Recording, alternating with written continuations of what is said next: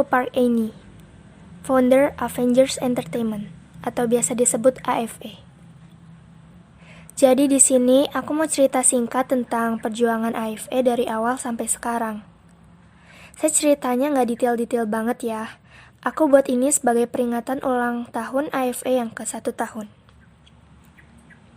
Oh iya, sebenarnya AFE bukan dibangun pada tanggal 10 Oktober. AFE dibangun pada bulan September. Namun tidak tahu tanggal berapa tepatnya. Mau tahu kenapa seperti itu? Mari dengar ceritanya. AFE. AFE adalah agensi RVN yang dibangun dari 2019 oleh seorang bocil dan teman bocilnya. Iya, aku. Waktu itu umurku masih kecil banget ya. Entah dengan keberanian dari mana, aku ngebangun agensi. Situasinya aku baru main RVN. Temenku gak main RVN dan aku sama sekali gak bisa ngedit. Dulu aku founder serta CEO AFE. Dan temanku yaitu Fanny, teman RL-ku, sebagai co-CEO. Awalnya gak terlalu ramai yang join agensi kami. Saat Gen 2 atau 3, kami diserbu oleh anak RP. Ya, biasalah haters. Sebelum adanya kejelasan tentang RVN di 2020. Nah, diserbulah itu agensi kita. Mereka ngancem-ngancem suruh bubarin gitulah. Tapi aku gak mau bubarin karena aku sayang agensi ini dan masih mau lanjutin. Jadi kita pindah GC gitu. Nah, GC yang baru dibuat tanggal 10 Oktober, akhirnya AFE resmi jadi 10 Oktober. Dan semua dilanjutkan lagi. Kita nambah admin, yaitu Yujuvia, sebagai admin tambahan. Apakah AFE lancar? Sukses? Belum. AFE memiliki banyak sekali rintangan yang kalau dijelasin bisa 5 jam. Oke, salah satu masalahnya adalah Fanny. Dia memutuskan untuk keluar dari AFE. Jujur, waktu itu panik. Siapa sih yang gak panik? Admin cuma 3, terus sisa 2. Itu pun yang keluar CEO. Tapi kita gak bisa maksa. Sisa aku dan Via. Waktu itu masih Gen 1 dan 2. Oh iya, viewers kita gak banyak, 100 ke bawah. Yang komen cuma 1-2, yang like belasan. Seperti itulah keadaan agensi kami. Tapi kami tetap berjuang. Kami menambah admin, yaitu 2 member Gen 1 kami, Ryuni dan Una. Mereka member yang bisa diandalkan. Kita melanjutkan semuanya. Agensi sepi tiap harinya. Akhirnya, AFE mengeluarkan Unique Q Audition. Itu adalah audisi unik di mana kita mengumpulkan grup-grup yang suaranya kyowo, swag, dan lain-lain secara terpisah. Itu lumayan membuat para trainee tertarik join. Dari situ juga, AFE mengeluarkan hal langka mereka, perkenalan FN. Tidak banyak yang tahu siapa pelopor perkenalan FN. Sebenarnya, AFE adalah agensi pertama yang perkenalannya menggunakan FN. Namun, sekarang sudah banyak yang menggunakan itu. Apakah itu plagiat? Aku tidak tahu. Nilai sendiri. Yang pasti, kami tidak keberatan sama sekali dan bersyukur bisa menginspirasi banyak orang. Di situ, kami suruh mereka perkenalan FN di LPM. Oke, next. Tragedi saya LRP. Waktu itu saya mau LRP karena suatu masalah. Aku gak mau jelasin secara detailnya ya.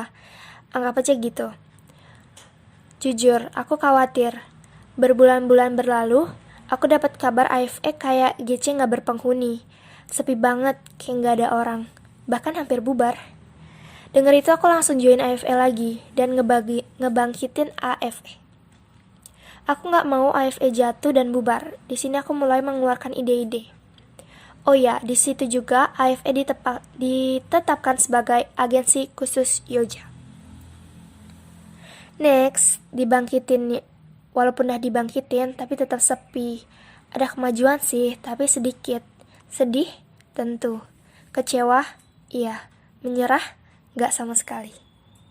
Kita tetap lanjutin terus, walau subscriber dikit, viewers dikit, dan lain-lain dikit. Karena gak mau gini terus, terpaksa AFE pembersihan. Grup-grup sebelumnya yang gak niat dibubarkan dan memulai ulang dari awal. Apakah saat memulai semua dari awal, AFE sukses dan ada kemajuan? Belum. AFE melanjutkan dengan audisi-audisi. Ya, ada sih kemajuan, tapi sedikit.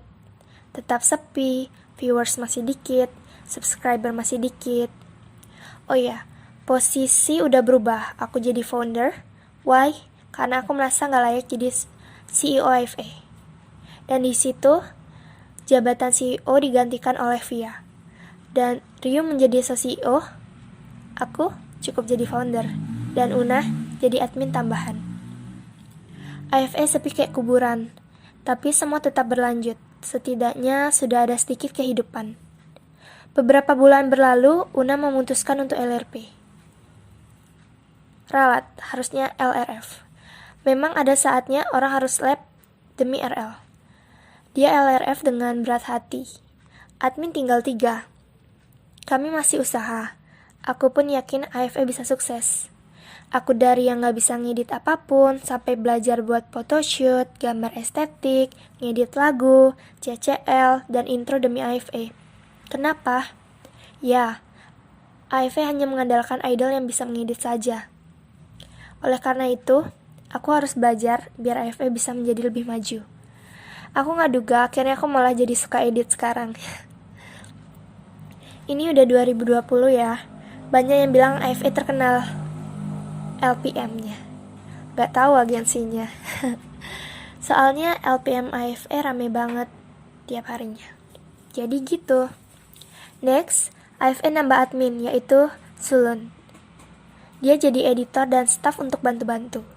Di situ, AFE mulai bikin audisi dan nyari parodi. Setidaknya makin berkembang. Hal AFE, ada kehidupan, tapi tetap gak rame-rame banget. Aku senang dengan belajar mengedit, AFE bisa makin berkembang. Semua lancar-lancar saja. Kesejahteraan admin? Tidak.